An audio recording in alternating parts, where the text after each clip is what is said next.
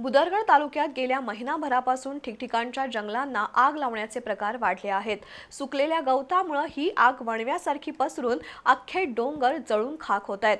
त्यामध्ये दुर्मिळ वनस्पती, वन्य प्राणी आणि जैवविविधतेचं मोठ्या प्रमाणात नुकसान होत आहे। भुदरगड तालुक्यातील कडगाव गारगोटी इथं वनविभागाची रेंज कार्यालये आहेत। या परिसरात हजारो हेक्टर वनक्षेत्र पसरलंय। खानापूर, तळेमाऊली, पाल, बारवे, पाटगाव, डेळे, चिवाळे, कारिवडे, किल्ले भुदरगड, मेघोली, खेडगे, एरंडपे, हेदवडे या भागांमध्ये घनदाट जंगल आहे। या परिसरात विविध वन्य प्राणी, पक्षी आणि औषधी वनस्पती मोठ्या प्रमाणात आहेत। अलीकडच्या काळात या जंगलांना वारंवार आग लावण्याचे प्रकार घडत आहेत। वणव्यामुळे झाडं, पक्ष्यांची घरटी आणि अंडी, साप, सरडे यांसारखे सरपटणारे प्राणी नष्ट होत आहेत।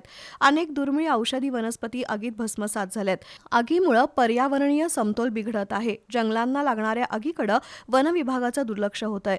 वन विभागानं फायर लाईन म्हणजेच जाळ रेषा काढलेल्या नाहीत। तत्काळ आग नियंत्रणासाठी वन विभागाकडे ठोस उपाययोजना नाही। काही वन अधिकारी आणि कर्मचारी प्रत्यक्ष घटनास्थळी येत नाहीत। वणव्याचा फटका आता शेतकऱ्यांना बसू लागलाय। जंगलातील चारा जळून गेल्यामुळे बिबट्या, गवे, डुक्कर यांसारखे वन्य प्राणी अन्नाच्या शोधात गाव शिवारात येत आहेत।